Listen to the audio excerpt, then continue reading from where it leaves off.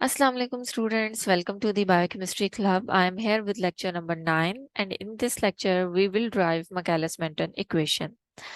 I hope कि enzymatology के previous lectures आप लोगों के लिए helpful रहे होंगे. अगर ऐसा है तो kindly इस lecture को इन videos को promote कीजिएगा और इस channel की videos को share कीजिएगा अपने बाकी fellows के साथ.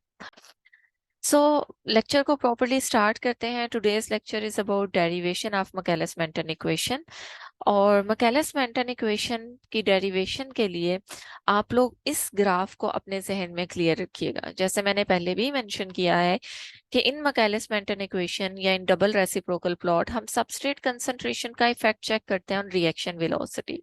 सो इनिशियली आप लोगों को इस ग्राफ का आइडिया होना चाहिए because this is one of the simplest method जिसको अप्लाई करते हुए हम काइनेटिक्स को अंडरस्टैंड कर सकते हैं।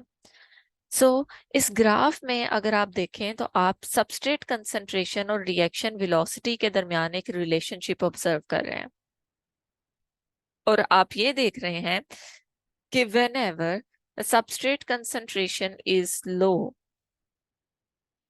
at low substrate concentration, reaction rate is linearly dependent on substrate concentration, which means is कि आपके पास अगर एक reaction mixture में suppose we have the fixed amount of enzyme, तो आप इसके अंदर अगर सबस्ट्रेट को ऐड करेंगे, इनिशियली सारे का सारा एंजाइम फ्री फॉर्म में प्रेजेंट है, बट अगर आप इस रिएक्शन मिक्सचर के अंदर सबस्ट्रेट ऐड करेंगे तो जितनी कंसंट्रेशन में आप सबस्ट्रेट ऐड करते जाएंगे, सबस्ट्रेट एंजाइम के साथ बाइंड करेगी और आपका वो एंजाइम जो पहले फ्री एंजाइम की फॉर्म में प्रेजेंट था वो अब एंजाइम सबस्ट्रेट कॉम्प्लेक्स में कन्वर्ट हो जाएगा।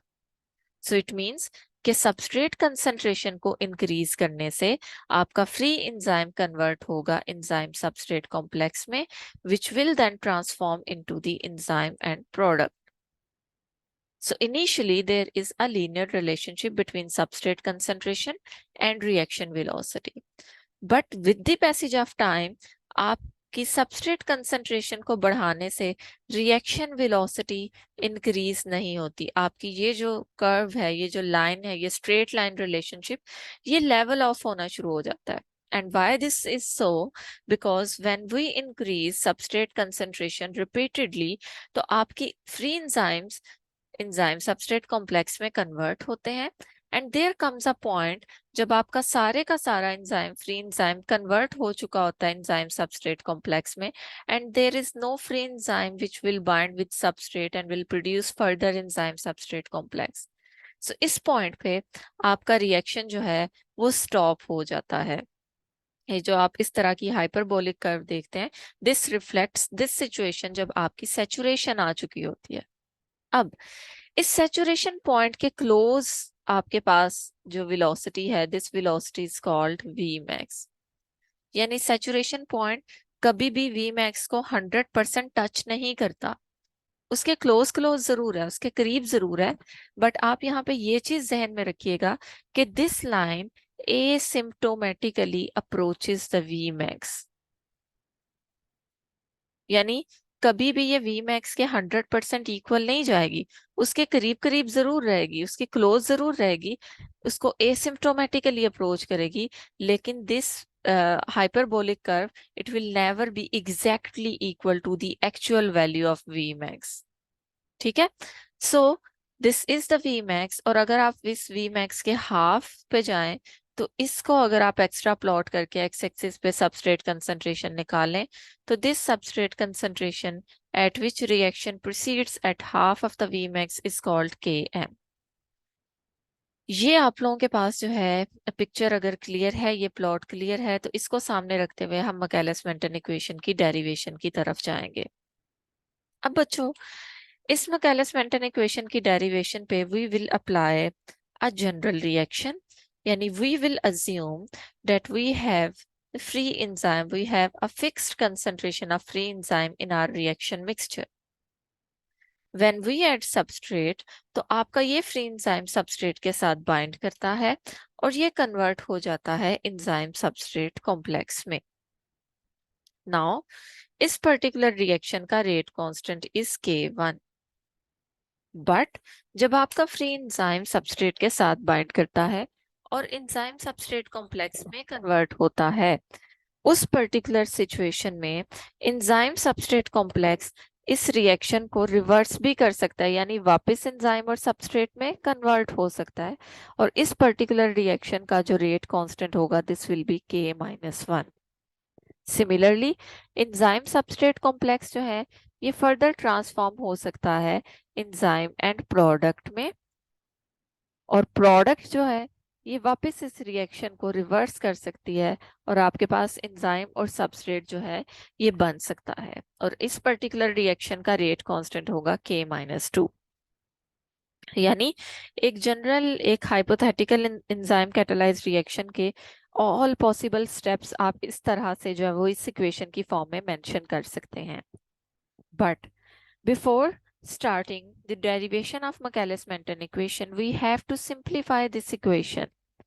यानी आपने स्टार्ट तो बेशक यहाँ से लिया है, this is the step number 1 of derivation, लेकिन आपको फर्दर प्रोसीड करने से पहले इस इक्वेशन में कुछ स्टेप्स को सिंप्लीफाई करना है। So initially, first of all, we will apply initial velocity assumption.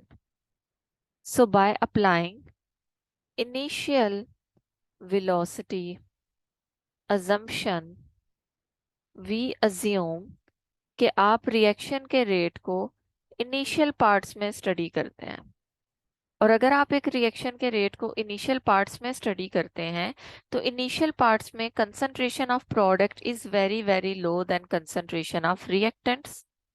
सो आप कह सकते हैं कि because concentration of product is very very less than concentration of substrate, so chances of reverse reaction, product का वापस सबस्ट्रेट में जाना या इस रिएक्शन का रिवर्स होना, इस रिवर्स रिएक्शन के चांसेस क्या हैं, बहुत मिनिमम है।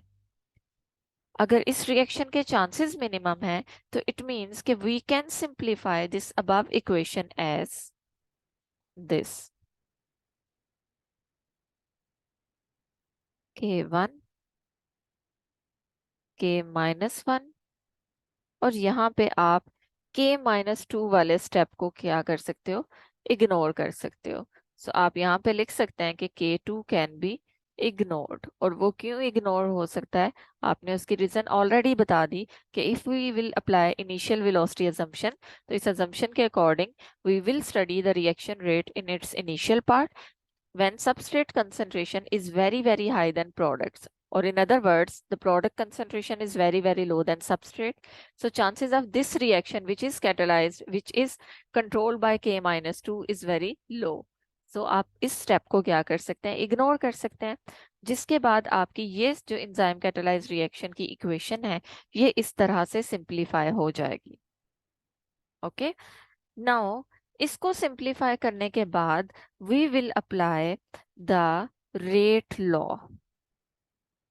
और रेट लॉ क्या कहता है, एक्चुअली हमारा जो मैकेलिस-मेंटन इक्वेशन को डिराइव करने का पर्पस है, वो पर्पस क्या है कि हम रेट ऑफ रिएक्शन कैलकुलेट करना चाहते हैं ना, rate of product formation calculate करना चाहते हैं। क्योंकि मैंने लास्ट लेक्चर में आपको ये चीज़ क्लियर की थी कि काइनेटिक्स के थ्रू हम क्या चीज़ देखना चाहते हैं, हम काइनेटिक्स के थ्रू एक पर्टिकुलर केमिकल रिएक्शन के रेट को डिटरमिन करते हैं।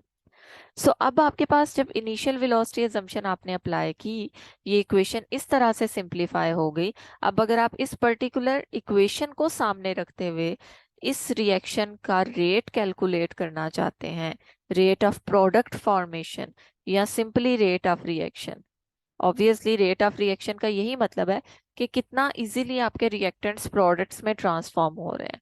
सो रेट ऑफ रिएक्शन और rate of product formation is equal to K2 into ES। अब आप लोग यहाँ पे इमेजिन करें कि प्रोडक्ट फॉर्मेशन का स्टेप कौन सा है। आप लोगों को इससे प्रीवियस लेक्चर के अंदर मैंने ये चीज बताई थी कि आपने जिस स्टेप का रेट कैलकुलेट करना होता है, सिर्फ उसी पर्टिकुलर स्टेप पे आप रेट लॉ अप्लाई करते हो। और अकॉर्डिंग टू रेट लॉ एक पर्टिकुलर स्टेप का जो रेट है वो उस स्टेप में यूज होने वाले रेट कांस्टेंट और सबस्ट्रेट कंसंट्रेशन के प्रोडक्ट के इक्वल होता है। सो अगर आप यहाँ पे देखें तो K1 जो स्टेप कैटेलाइज कर रहा है उसमें तो ES की फॉर्मेशन हो रही है, K-1 जो स्टेप कैटेलाइज कर रहा है, जो स्टेप कंट्रोल कर रहा है, उसमें ES की ब्रेक डाउन हो रही है एंजाइम एंड सबस्ट्रेट। प्रोडक्ट सिर्फ इसी स्टेप में बन रही है। सो अगर आपने रेट ऑफ रिएक्शन या rate of product formation calculate करना है, तो you have to consider only this step, जिसको मैंने रेड कलर से सर्कल किया है।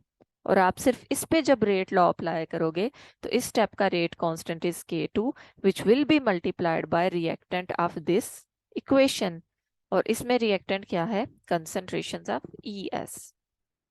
सो आप कह सकते हैं कि मैकेलिस मेंटन इक्वेशन के थ्रू अगर आपने रेट ऑफ रिएक्शन या वेलोसिटी ऑफ रिएक्शन कैलकुलेट करनी है, so this will be equal to K2 into ES। ठीक है, इसको हम इस तरह से लिख लेते हैं। नाउ इस इक्वेशन में आपको ES की वैल्यू चाहिए। अगर आप डेरिवेशन को मजीद आगे प्रोसीड करना चाहते हैं, तो we must know the value of enzyme substrate complex concentration. ES की वैल्यू हमारे पास अवेलेबल नहीं है, तो now we will apply second assumption in Michaelis-Menten equation, which is steady state assumption। ठीक है, अब ये आपकी बेसिक इक्वेशन है, इक्वेशन नंबर 3। और इस इक्वेशन में एक प्रॉब्लम है। प्रॉब्लम क्या है कि we don't have the value of ES। हमें नहीं पता ES की क्या वैल्यू है। So in order to find out the value of ES, we will apply the second assumption, and second assumption is steady state assumption। सो अब आप यहाँ पे लिख सकते हैं कि by applying steady state assumption, we assume कि एट पर्टिकुलर कंडीशन आपका रेट ऑफ ES फॉर्मेशन, या इस पर्टिकुलर कंडीशन में आपका rate of ES formation is equal to rate of ES breakdown. यानी जब भी आपने स्टेडी स्टेट assumption अप्लाई करनी है, तो आपने ये चीज अज्यूम करना है कि इस पर्टिकुलर मोमेंट में आपके एंजाइम कैटालाइज रिएक्शन में ES फॉर्मेशन का रेट ES ब्रेकडाउन के रेट के इक्वल हो जाएगा। ठीक है, सो अब आपको अगर याद हो, तो मैंने इससे पिछला जो लेक्चर था उसमें आपको ES फॉर्मेशन का रेट कैलकुलेट करना भी बताया था, और ES ब्रेकडाउन का रेट भी कैलकुलेट करना बताया था। ठीक है, सो अब अगर हम उसी प्रैक्टिस को दोबारा करें, यानी इस जगह पे हमें रेट ऑफ ES फॉर्मेशन चाहिए और यहाँ पे हमें रेट ऑफ ES ब्रेकडाउन चाहिए, तो हम इन रेट्स को कैसे कैलकुलेट करेंगे? अगेन उसी जनरल इक्वेशन को आप लोगों के सामने लिख के मैं रेट ऑफ ES फॉर्मेशन और रेट ऑफ ES ब्रेकडाउन जो है ये क्लियर करती हूँ।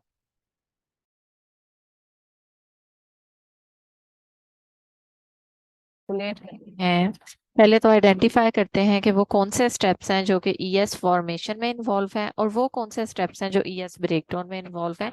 एंड देन बाय कंसीडरिंग दो steps we will calculate the rate of ES formation and rate of ES breakdown which we required in derivation of Michaelis-Menten equation.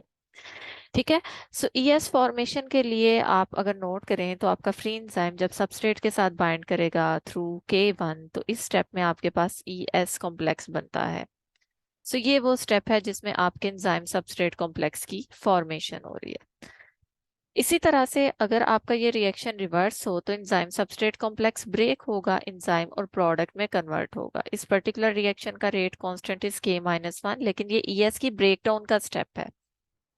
ठीक है, another step जो कि आपने उस इक्वेशन के अंदर देखा है इनिशियल वेलोसिटी असम्पशन को अप्लाई करने के बाद, दिस स्टेप इज K2, जिसमें आपका एंजाइम सबस्ट्रेट कॉम्प्लेक्स ब्रेक होता है एंजाइम और प्रोडक्ट के अंदर।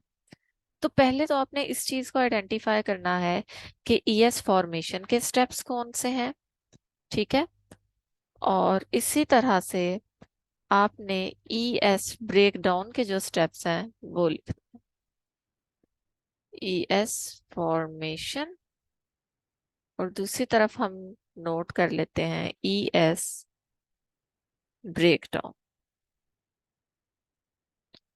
इन दोनों केसेस में ES फॉर्मेशन और ES ब्रेकडाउन के स्टेप्स जो हैं वो सेपरेट लिखने के बाद हम अप्लाई करेंगे रेट कांस्टेंट और इनके रेट्स को कैलकुलेट करेंगे। अगर ES फॉर्मेशन की बात करें, तो इस पूरी की पूरी इक्वेशन में आपको ये वाला स्टेप नजर आ रहा है जिसमें ES की फॉर्मेशन हो रही है। इस स्टेप को हम सेपरेटली लिख लेते हैं, इसका रेट कांस्टेंट K1 है, एंजाइम सबस्ट्रेट कॉम्प्लेक्स इसमें बनता है। ठीक है। और जो अगर ईएस ब्रेकडाउन के स्टेप्स की बात करें पर्टिकुलरली, तो उसमें वी हैव टू स्टेप्स। एक वो स्टेप है जिसमें आपका एंजाइम सबस्ट्रेट कॉम्प्लेक्स वापस एंजाइम और सबस्ट्रेट में कन्वर्ट होता है, और दूसरा वो स्टेप जिसमें आपका enzyme substrate complex next enzyme और प्रोडक्ट में कन्वर्ट होगा। So rate of ES breakdown calculate करने के लिए हमें दो स्टेप्स कंसीडर करने हैं, बिकॉज ईएस की ब्रेकडाउन दो स्टेप्स में हो रही है। इन स्टेप्स को सेपरेटली लिख लेते हैं।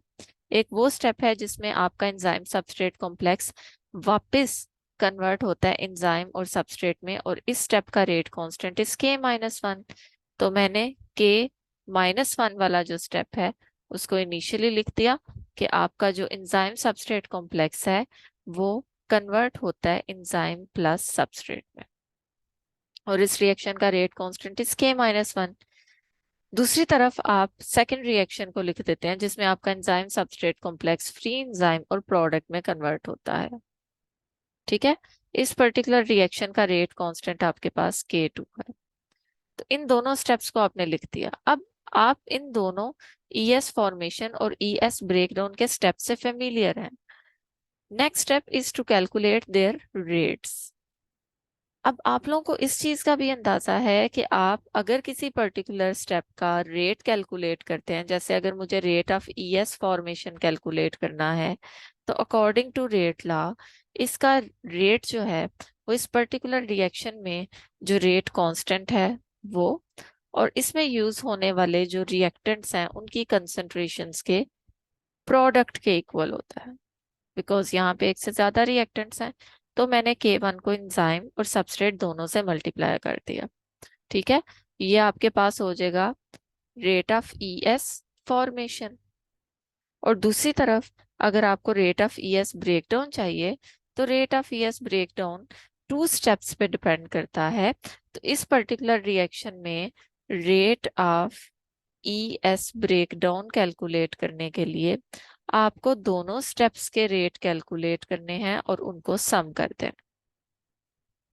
यानी this will be equal to K-1 into ES। ठीक है, क्योंकि स्टेप में रेट कांस्टेंट K-1 है और रिएक्टेंट क्या है, ES। द सेम रिएक्टेंट एक तरफ एंजाइम और सबस्ट्रेट में कन्वर्ट हो रहा है और दूसरी तरफ एंजाइम प्लस प्रोडक्ट। ठीक है। So reactant is enzyme substrate complex plus इस पर्टिकुलर रिएक्शन का रेट कांस्टेंट K2 और reactant is enzyme substrate complex. इस तरह से आपको ES फॉर्मेशन और ES ब्रेकडाउन के जो रेट्स हैं वो पता चल गए। अब इन वैल्यूज को आप पुट कर सकते हैं इस इक्वेशन के अंदर। जहां पे आपको ES फॉर्मेशन मेंशन करना था, ES फॉर्मेशन का रेट मेंशन करना था, वहां पे आप उस स्टेप का रेट लिख दोगे लेफ्ट साइड पे, और जहां पे ES ब्रेकडाउन का रेट लिखना था वहां पे आप उसके रेट को मेंशन कर दोगे राइट साइड पे। So by putting the values, आप इसको आप साथ साथ लिख सकते हैं कि by putting the values of rate of ES formation and rate of ES breakdown, आपके पास ये इक्वेशन जो है ये थोड़ी सी मजीद सिंप्लीफाई हो जाएगी। लाइक इफ दिस इज 4, तो हम इसमें वैल्यूज पुट कर देते हैं। ES फॉर्मेशन की वैल्यू थी K1 into total enzyme concentration into substrate, sorry free enzyme concentration. ठीक है। rate of ES formation is equal to K1 into enzyme into substrate is equal to the rate of ES breakdown, which is equal to K-1 into ES plus K2 into ES। अब बच्चों यहाँ पे जो left side में आपके पास expression है उसमें आपके पास एक तरफ सबस्ट्रेट कंसंट्रेशन है, एक तरफ फ्री एंजाइम है। फ्री एंजाइम या अनबाउंड एंजाइम, ऐसा एंजाइम जिसके साथ सबस्ट्रेट बाइंड नहीं है। अब यहाँ पे एक और पॉइंट जो मैंने इससे पहले एक लेक्चर रिकॉर्डिंग में आप लोगों के साथ शेयर किया था कि एक एंजाइम कैटालाइज्ड रिएक्शन में आपका जो एंजाइम है वो टू फॉर्म्स में प्रेजेंट होता है।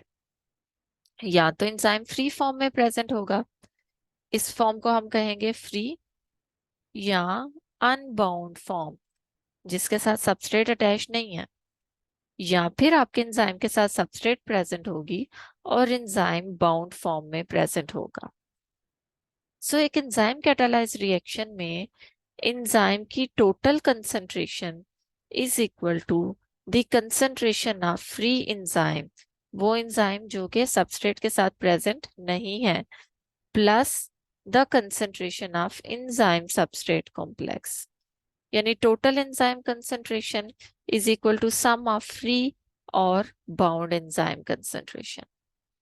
अब अगर यहाँ इस एक्सप्रेशन को सामने रखते हुए आपको फ्री या अनबाउंड एंजाइम की कंसंट्रेशन निकालनी पड़ती है, तो फ्री या अनबाउंड एंजाइम की concentration is equal to concentration of total enzyme minus enzyme substrate complex.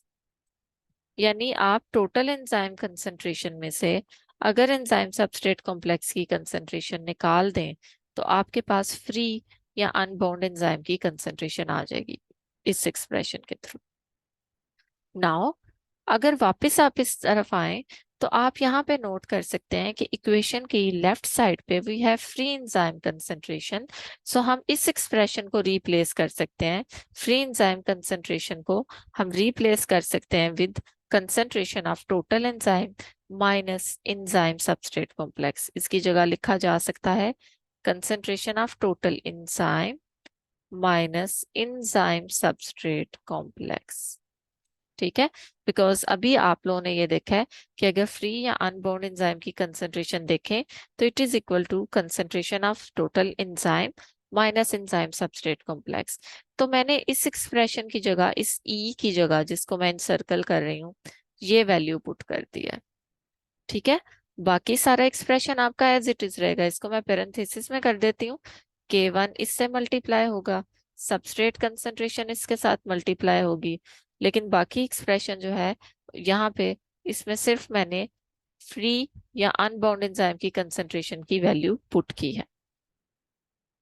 अगर राइट साइड पे चलें तो यहाँ पे K-1 प्लस K2 में से हम कॉमन ले सकते हैं एंजाइम सबस्ट्रेट कॉम्प्लेक्स को। सो इन दोनों कॉन्स्टेंट्स को हम सेपरेट लिख सकते हैं। ठीक है, और जो आपके पास एंजाइम सबस्ट्रेट कॉम्प्लेक्स की कंसंट्रेशन है इसको हम कॉमन ले सकते हैं, इसको हम सेपरेट लिख देते हैं। तो इस तरह से आपकी ये इक्वेशन मजीद सिंप्लीफाई हो सकती है।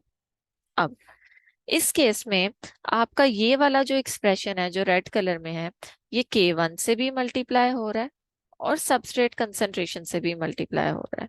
सो इसको अगर आप सिंप्लीफाई करेंगे तो this will be simplified as K1 into total enzyme concentration into substrate concentration. ठीक है, आपने टोटल एंजाइम कंसंट्रेशन को K1 और सबस्ट्रेट के साथ मल्टीप्लाई किया, देन माइनस, बिकॉज यहाँ पे माइनस साइन है, अब ES मल्टीप्लाई होगा K1 into ES into substrate concentration into K-1 plus K2 into total enzyme substrate complex.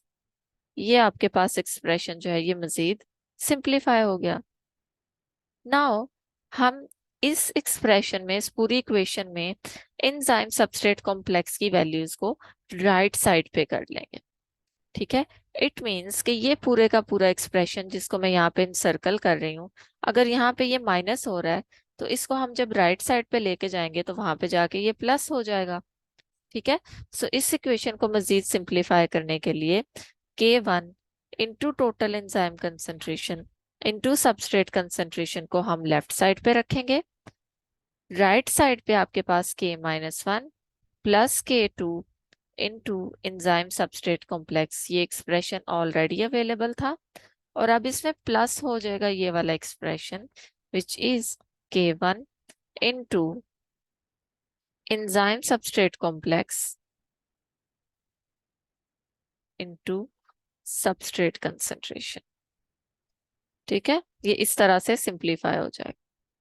This is equation number 7 suppose.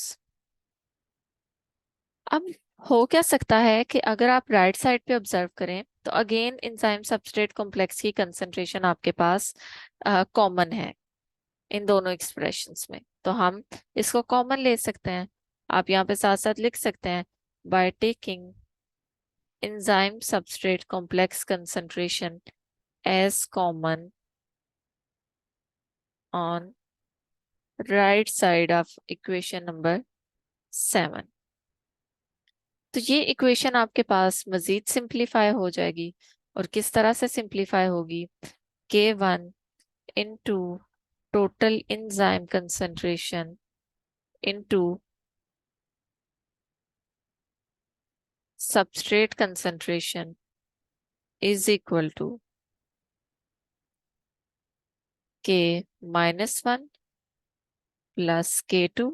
अगर आप इस एक्सप्रेशन को देखें, K minus 1 प्लस K2, इसी एक्सप्रेशन को मैं यहाँ पे लिख देती हूँ ताकि कॉमन लेना हमारे लिए इजी रहे। ES plus K1 enzyme substrate complex into substrate concentration. इसमें से अगर हम ES कॉमन लें तो ये इक्वेशन इस तरह से सिंप्लीफाई होगी, K1 into total enzyme concentration into substrate concentration is equal to, अब ये एक्सप्रेशन हमने कॉमन लेना है, तो ये आ जाएगा K minus 1 plus K2 plus K1, और K1 के साथ मल्टीप्लाई होगा सबस्ट्रेट कंसंट्रेशन। ठीक है, क्योंकि पहले K1 के साथ enzyme substrate complex substrate concentration दोनों मल्टीप्लाई हो रहे थे। अगर एंजाइम सबस्ट्रेट कॉम्प्लेक्स हमने कॉमन ले लिया है तो आपका सबस्ट्रेट कंसंट्रेशन स्टिल उसके साथ मल्टीप्लाई होगी। सो इस तरह से आपकी ये इक्वेशन जो है ये सिंप्लीफाई हो गई। नाउ इस पूरे के पूरे एक्सप्रेशन को अगर हम लेफ्ट साइड में जो एक्सप्रेशन है उस पर डिवाइड करते हैं तो we will get the value of enzyme substrate complex, जो कि हमें रिक्वायर्ड है। तो हम इस एक्सप्रेशन को इस तरह से सिंप्लीफाई कर सकते हैं कि concentration of enzyme substrate complex, इसको अगर मैं लेफ्ट साइड पे लिख दूं, this will be equal to K1 into total enzyme concentration into substrate concentration, और ये सारे का सारा एक्सप्रेशन इस पे डिवाइड हो जाएगा, K minus 1 plus K2 plus K1 into substrate concentration. ठीक है, सो ये आपके पास इक्वेशन आ गई, इक्वेशन नंबर 9। अब बच्चों अगर आप लोग राइट साइड पे ऑब्जर्व करें तो we have different constants K1 K minus 1 K2। इस राइट साइड वाली जो इक्वेशन है, ये जो फॉर्म है आपके पास, इसको आप डिवाइड कर सकते हैं K1 पे। So by dividing right side of equation 9 on K1, आपके पास एक्सप्रेशन आ जाएगा, enzyme substrate complex concentration is equal to K1 into total enzyme concentration into substrate concentration.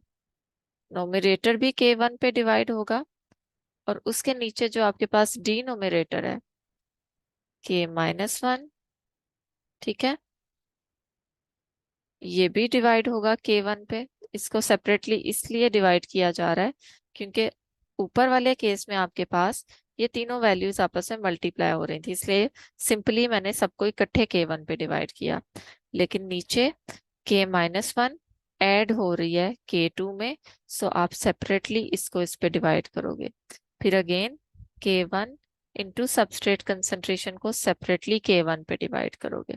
इस तरह से आप नोमिनेटर डिनोमिनेटर दोनों को K1 पे डिवाइड करेंगे, जिसके बाद यहाँ से ये एक्सप्रेशन कैंसिल हो जाएगा और यहाँ से भी, और आपके पास ये इक्वेशन मजीद सिंप्लीफाई हो जाएगी। इसको यहीं पे सिंप्लीफाई करते हैं, उसके बाद नेक्स्ट स्लाइड की तरफ चलते हैं। आपके पास एक्सप्रेशन आएगा, enzyme substrate complex concentration is equal to, मैं यहाँ पे लिख लेती हूँ, total enzyme concentration into substrate concentration. ठीक है,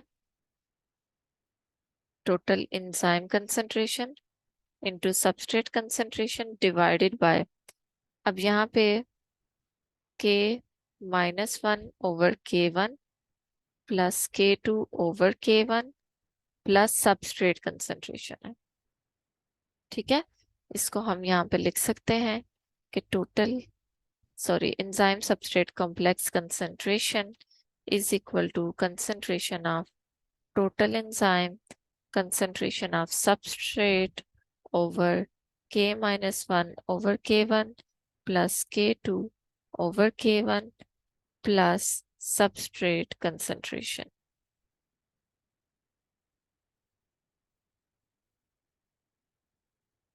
Substrate concentration. ओके अब बच्चों इस केस में ये दोनों एक्सप्रेशंस में अगर आप देखें तो K1 कॉमन है, तो हम इसको सिंप्लीफाई इस तरह से कर सकते हैं, total enzyme concentration into substrate concentration over K minus 1 plus K2 over K1 plus substrate concentration. ठीक है, बिकॉज ये दोनों कॉमन है। अब अगर यहाँ पे आप इस एक्सप्रेशन को देखें, दिस एक्सप्रेशन, इसको मैं अंडरलाइन कर देती हूँ, this expression is equal to Michaelis Menten constant. यानी अगर आप इस एक्सप्रेशन को देखें which is K minus 1 plus K2 over K1, तो this is equal to a constant which is called Michaelis-Menten constant. अब अगर आप उसी इक्वेशन पे जाएं जो हम लोग एंजाइम कैटालाइज्ड रिएक्शन की एक जनरल इक्वेशन देख रहे हैं, तो ये सारे के सारे कांस्टेंट आपको उस इक्वेशन में नजर आ रहे हैं कि एंजाइम सबस्ट्रेट के साथ मिलता है, एंजाइम सबस्ट्रेट कॉम्प्लेक्स बनाता है, इस पर्टिकुलर रिएक्शन का रेट कांस्टेंट इज K1, फिर आपका यही एंजाइम सबस्ट्रेट कॉम्प्लेक्स वापस एंजाइम और सबस्ट्रेट में कन्वर्ट हो जाता है, इस पर्टिकुलर रिएक्शन का rate constant is K minus 1 and enzyme substrate complex can further be converted into enzyme and product। और अगर आप इस पर्टिकुलर रिएक्शन का रेट कांस्टेंट देखें तो this rate constant is K2। Now ऊपर वाले जो रेट कांस्टेंट्स हैं अगर आप उनको एनालाइज करें तो these are the rate constants of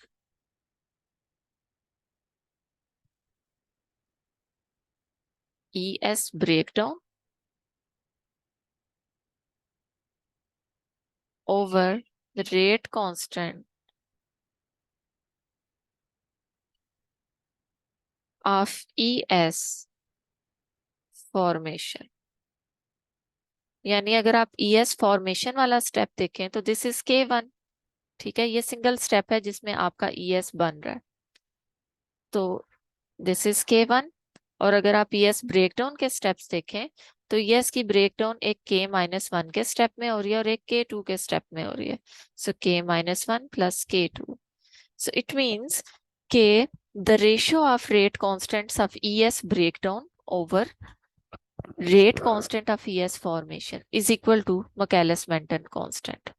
तो आप इस एक्सप्रेशन को इस इक्वेशन के अंदर मजीद सिंप्लीफाई करके लिख सकते हैं, कह सकते हैं कि the value of enzyme substrate complex is equal to total enzyme concentration into substrate concentration over Km plus substrate concentration. ये आपके पास वैल्यू आ जाती है किसकी, एंजाइम सबस्ट्रेट कॉम्प्लेक्स कंसंट्रेशन की, जो कि आपको स्टार्ट में रिक्वायर्ड थी। ठीक है, सो जो बिल्कुल स्टार्ट में हमने एक इक्वेशन लिखी थी जिसमें ES कॉम्प्लेक्स की वैल्यू रिक्वायर्ड थी, वो वैल्यू अब हमारे पास आ चुकी है। इट मीन्स कि इस वैल्यू को हम रिप्लेस कर सकते हैं इक्वेशन नंबर 3 में, इक्वेशन नंबर 3 में इस वैल्यू को पुट किया जा सकता है। सो अगर इक्वेशन नंबर 3 में इस वैल्यू को पुट करें तो हमारे पास मैकेलिस-मेंटन इक्वेशन जो है वो कुछ इस फॉर्म में आएगी, K2 into enzyme substrate complex concentration। So by putting the value of enzyme substrate complex concentration in this equation, equation number 3, हमारे पास जो आंसर आएगा this will be V0 is equal to K2 as it is रहेगा, और enzyme substrate complex की जगह इसकी value put कर देते हैं। ठीक है, सो एंजाइम सबस्ट्रेट कॉम्प्लेक्स की जगह हम वैल्यू लिख देते हैं total enzyme concentration into substrate concentration, और ये फर्दर डिवाइड होगा Km प्लस सबस्ट्रेट कंसंट्रेशन। ठीक है, अब इस एक्सप्रेशन में आप अगर इमेजिन करें कि जब आपका एक enzyme catalyse reaction maximum velocity पे पहुंचता है, जब उसके उसमें सैचुरेशन पॉइंट आ जाता है, तो मैंने आप लोगों से ये चीज पहले भी डिस्कस की है इंट्रोडक्शन टू काइनेटिक्स में, कि सैचुरेशन पॉइंट के ऊपर आपका जितने का जितना एंजाइम है वो सारा एंजाइम एंजाइम सबस्ट्रेट कॉम्प्लेक्स की फॉर्म में प्रेजेंट होता है। यानी सैचुरेशन पॉइंट पे the total enzyme concentration is equal to enzyme substrate complex, क्योंकि तब कोई भी एंजाइम फ्री फॉर्म में प्रेजेंट नहीं होता, सारा एंजाइम किस फॉर्म में प्रेजेंट होता है, एंजाइम सबस्ट्रेट कॉम्प्लेक्स की फॉर्म में। तो अगर आप सैचुरेशन की कंडीशन को इमेजिन करें, तो सैचुरेशन पॉइंट पे आपके रिएक्शन की जो वेलोसिटी है, वो reaction velocity will be equal to K2 into ES। और यहाँ पे आप अगर ES को रिप्लेस कर दें टोटल एंजाइम कंसंट्रेशन के साथ, तो आप कह सकते हैं कि सैचुरेशन पॉइंट पे reaction velocity will be equal to K2 and total enzyme concentration. और बिकॉज ये वेलोसिटी मैक्सिमम वेलोसिटी होती है, सो इट मींस कि आप मैकेलिस मेंटन इक्वेशन में ये वाला जो एक्सप्रेशन है, इस एक्सप्रेशन को रिप्लेस कर सकते हैं विद V मैक्स। सो इसके बाद आपके पास मैकेलिस मेंटन इक्वेशन की जो फाइनल मैथमेटिकल फॉर्म आती है वो ये है, which is V max into substrate concentration over Km plus substrate concentration, and this is the mathematical form of Michaelis-Menten equation, जिसके थ्रू हम किसी भी एंजाइम कैटालाइज रिएक्शन के रेट को उसकी सबस्ट्रेट कंसंट्रेशन के साथ रिलेट कर सकते हैं। आई होप बच्चों ये लेक्चर आप लोगों के लिए हेल्पफुल रहा होगा। Thank you so much for your attention. इंशाल्लाह कमिंग लेक्चर में मैकेलिस मेंटन इक्वेशन की इंटरप्रिटेशन और उसकी वैलिडेशन जो है वो डिस्कस होगी। Thank you so much. Allah Hafiz.